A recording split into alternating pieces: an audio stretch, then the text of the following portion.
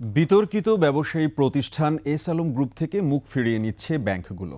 ঝুঁকি থাকায় গ্রুপটির কাঁচামাল আমদানিতে এলসি বা ঋণপত্র খুলতে রাজি হচ্ছে না কোনো ব্যাংক।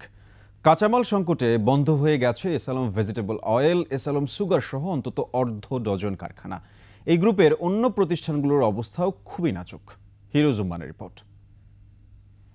ঋণের নামে ব্যাংক লুটের অন্তত ১.৫ লাখ কোটি টাকা নিয়ে পলাতক বিতর্কিত ব্যবসায়ী সাইফুল আলম মাসুদ ওরফে এস আলম। বিপুল এই অর্থের বেশিরভাগই পাচার হয়েছে। ঋণ আদায় না হওয়ায় বিপদে ব্যাংকগুলো। এমন বাস্তবতায় শতভাগ মার্জিন ছাড়া এস আলম গ্রুপের এলসি খুলতে রাজি হচ্ছে না কোনো ব্যাংক। কাঁচামাল সংকটে বন্ধ S Alam sugar, S Alam vegetable oil সহ গ্রুপটির অর্ধ ডজন কারখানা।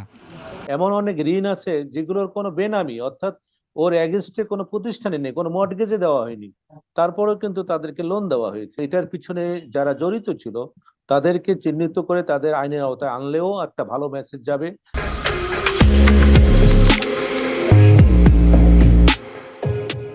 প্রয়োজনে বেক্সিমকো গ্রুপের মতো রিসিভার নিয়োগ দেওয়ার কথা বলছেন অর্থনীতিবিদরা। এস আলমের ব্যক্তি হিসেবে তার দোষ থাকতে পারে, তাকে আইনের আওতায় নিয়ে আসা যেতে পারে, তার শাস্তি হতে পারে। এখানকেও রিসিভার দেওয়া উচিত।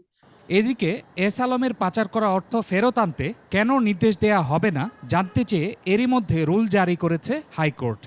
যে টাকাটা পাচার হয়েছে সেই টাকাটা ফেরত নেওয়ার জন্য, রিপ্যাট্রিয়েট করার জন্য কি ইনিশিয়েটিভ নেওয়া হয়েছে so far by Bangladesh bank and BFI.